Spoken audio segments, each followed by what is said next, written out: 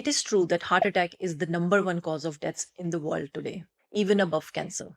Still, most people don't really understand what's happening to their heart until it's too late. Let's break it all down today. What are heart attacks? Why are they happening more often? How do you recognize one? And most important, how can you protect yourself and your loved ones? Preventing heart attack is easier than you think, no matter how old you are. What we are about to share could actually save your life or someone you care about.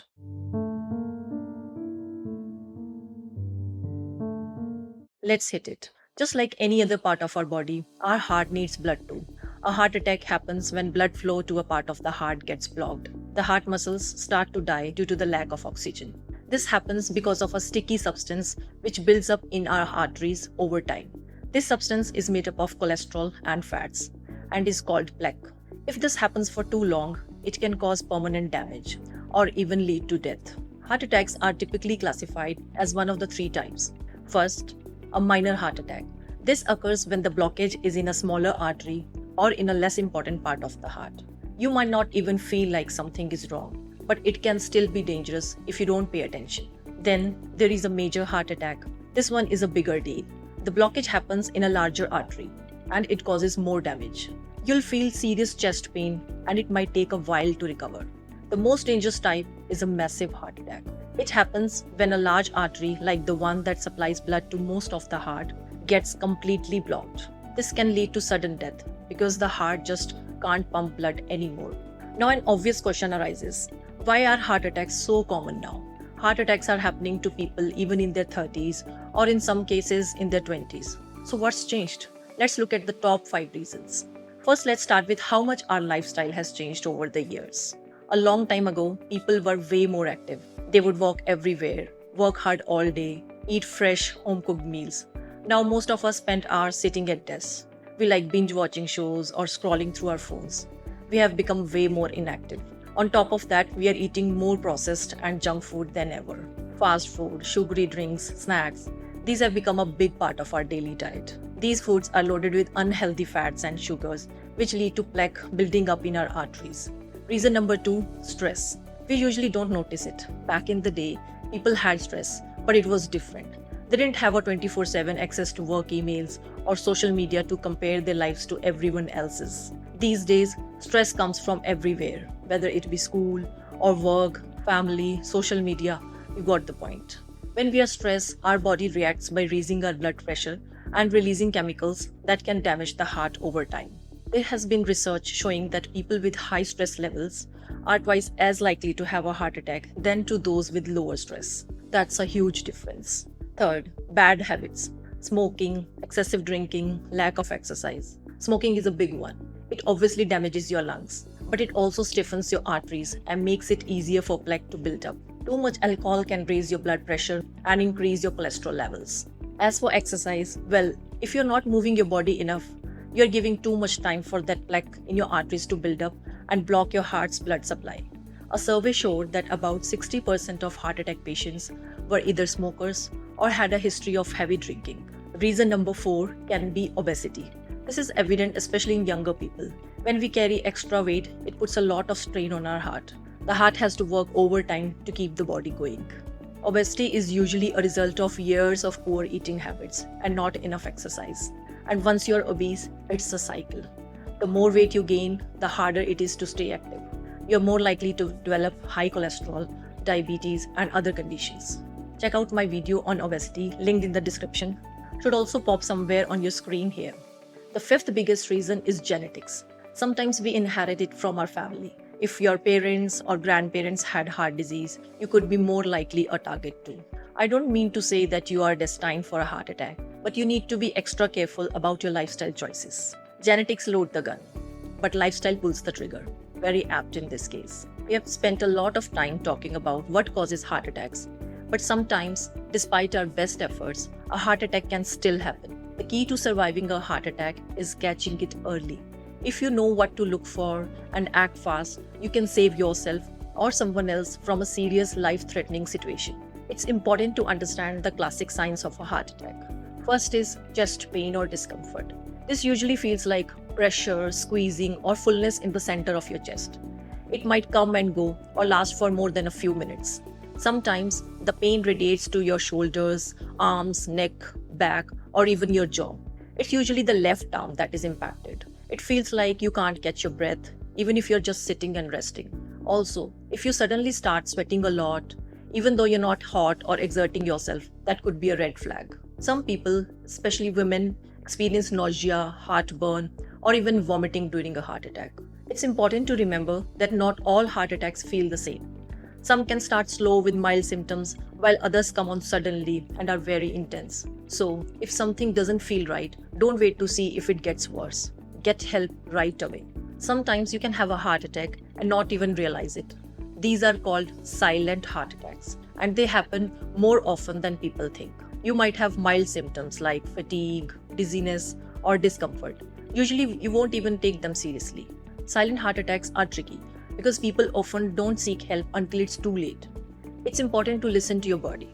If you feel unusually tired, lightheaded, or just off, and particularly if you have any heart disease risk factors, don't ignore it. Sometimes it can be hard to tell if what you're feeling is a heart attack. It could even be a heartburn or just some anxiety. The symptoms can overlap, but there are some differences that can help you figure it out. Heartburn usually feels like a burning pain in your chest or throat, and it often happens after eating. It also tends to go away with antacids or when you lie down. Anxiety attack can cause chest tightness, sweating, and shortness of breath, just like a heart attack. But anxiety usually comes with feelings of panic or fear and doesn't last as long as a heart attack. If you're not sure what's happening, play it safe. It's better to call for help and find out it's nothing than to ignore it and risk serious damage to your heart. If you think you're having a heart attack, the first thing to do is call emergency services right away. Don't drive yourself to the hospital. This can be dangerous because you might get unconsciousness. Wait for help to arrive. While you're waiting, chew an aspirin. Aspirin helps thin your blood, which can reduce the severity of the heart attack. An ideal dose is 325 milligrams of aspirin. Then, stay calm and sit down. This can reduce the strain on your heart. If possible, let someone know what's happening so they can keep an eye on you. In many cases, acting fast and getting treatment within the first hour of a heart attack can save your life and limit the damage to your heart. That's why it's so important to recognize the signs and not delay getting help. Before a full-blown heart attack happens, your body might give you some warning signs.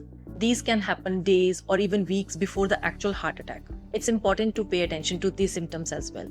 Like if your chest feels tight or uncomfortable when you are active or stressed, it could be a sign of heart problems.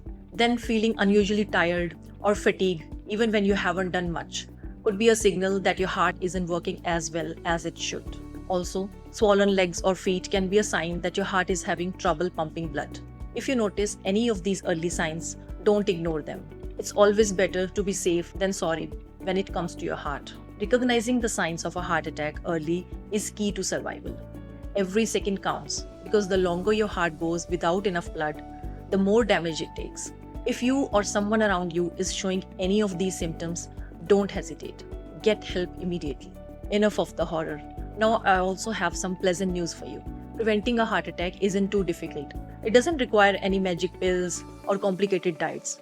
It's all about making simple, everyday changes that can keep your heart healthy for life.